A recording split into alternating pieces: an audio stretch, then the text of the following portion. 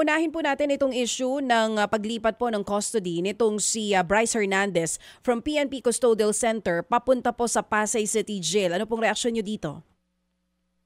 Siyempre nababahala po yung komite dito po sa paglilipat dahil imbis na sa joint custody po yung nangyayari sa pagitan po ng Senado at Kongreso, talaga pong sa Pasay City Jail po kung saan pwede ho talaga maging vulnerable si Bryce Hernandez.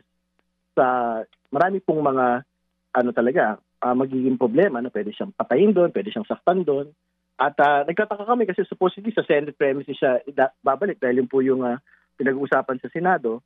Pero instead, sa City Jail po siya dinala. No? So, very damaging po and damning po yung mga testimonya po niya laban po sa mga senador. No? So, I think babantayan po talaga ng bayan ito na talagang tiyakin yung kanya pong safety and security para humatiyak talaga natin na yung pong panawagan ng pagpapanagot sa usapin po ng pagpapangalan ng mga senador, talaga magtutuloy-tuloy po.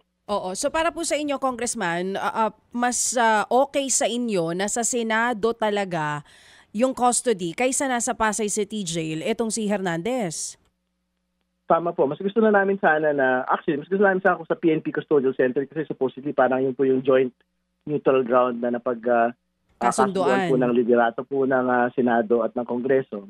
Pero sa pagitan po ng Senate premises at Pasay City Jail, mas gusto ho namin sana na sa Senate premises na lang po ito dahil siyempre mga Senate personnel po ang nagbabantay po sa kanya doon, no? Imbis po na sa Pasay City Jail. Mga kapatid, brothers and sisters, saan ka pa? Dito na tayo sa totoo.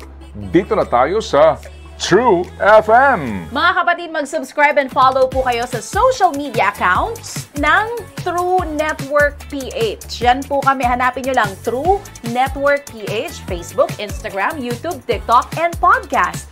Mapa Apple or Spotify man yan, mahahanap nyo kami. Lahat ng mga napapanood at napapakinggan nyo po sa programa, nasa social media accounts namin yan. So, paano mga kapatid? See you sa social media!